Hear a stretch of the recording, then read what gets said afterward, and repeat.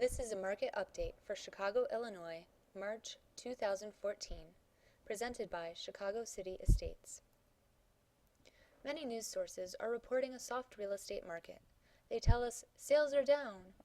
News like this can sound scary to someone who has not been paying close attention to all the factors that go into gauging the market.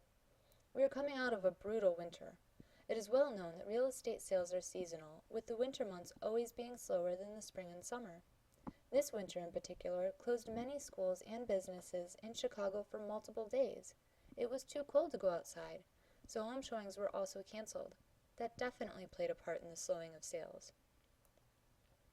However, this slow in sales has just taken place over the past few months.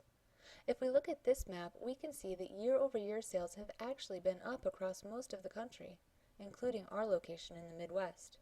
What's even more reassuring is that the increase in sales has been in the average to high-priced properties. As we can see in this slide, sales are down nationally in homes priced at $250,000 and below.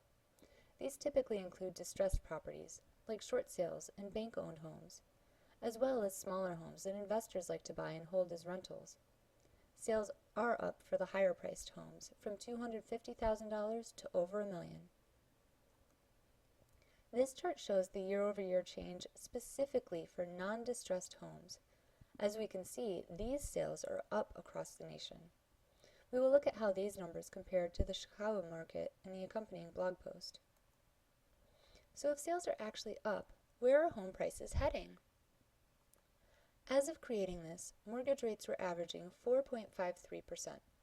By the first quarter of 2015, rates are expected to increase to between 5 and 5.5%. That's potentially an increase of 1%. If you are ready to buy now, this is something to consider. An additional 1% could have a big effect on your monthly payments. If you won't be ready to buy for another year or so, this isn't something to get stressed out about. Remember, rates were around 5.75 to 6.5% in 2008. If we look at the regions of the United States, we can see that year-over-year prices are up across the board. In our region, the East North Central, they're up 6.47%. Digging in more closely, we can see that Illinois is up even more over this average at 6.8%. We will explore the Chicago numbers in the accompanying blog post.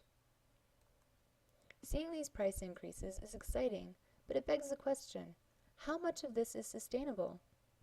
This chart shows the average appreciation over a few years.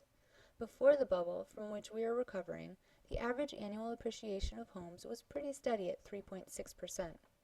During the bubble, the appreciation rates rose to an astonishing 7%. After it burst, they fell quickly to negative 5.2%. This is where prices are recovering and finding their way back to the level at which they should be. Bear in mind that even at this point in time, the pre-burst prices of homes would still be inflated. To date, we have been recovering well at 4.7% as prices reach the point at which they should be. As I mentioned before, the pre-bubble rate was steady at 3.6%. Seeing a recovery at 4.7% might be alarming, but remember, we need to make up for some lost value.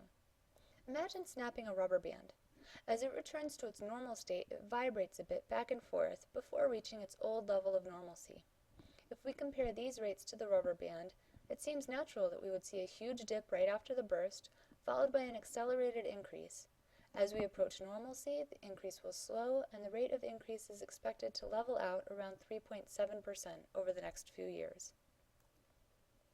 If we look at these expected numbers as cumulative, we can see that they are expected to come right back to where they were pre-bubble. This slide illustrates the measurable pre-bubble trend, followed by the projections of 100 experts and economists. The most bullish of the experts predict a cumulative appreciation of 28.4% by the year 2018, while the bears predict only 10.9%. The average of these, however, is 19.7%, which is very close to the pre-bubble trend of 19.4%. These are just predictions, though. Let's see what has actually happened. This graph illustrates the dramatic change in price that we have seen over just the last year and a half.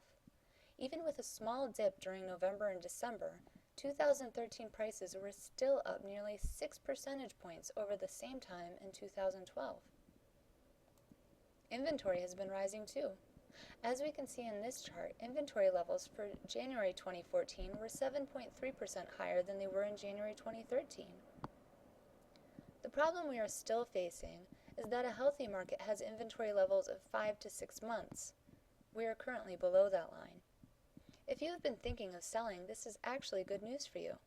With less inventory, buyers have fewer choices.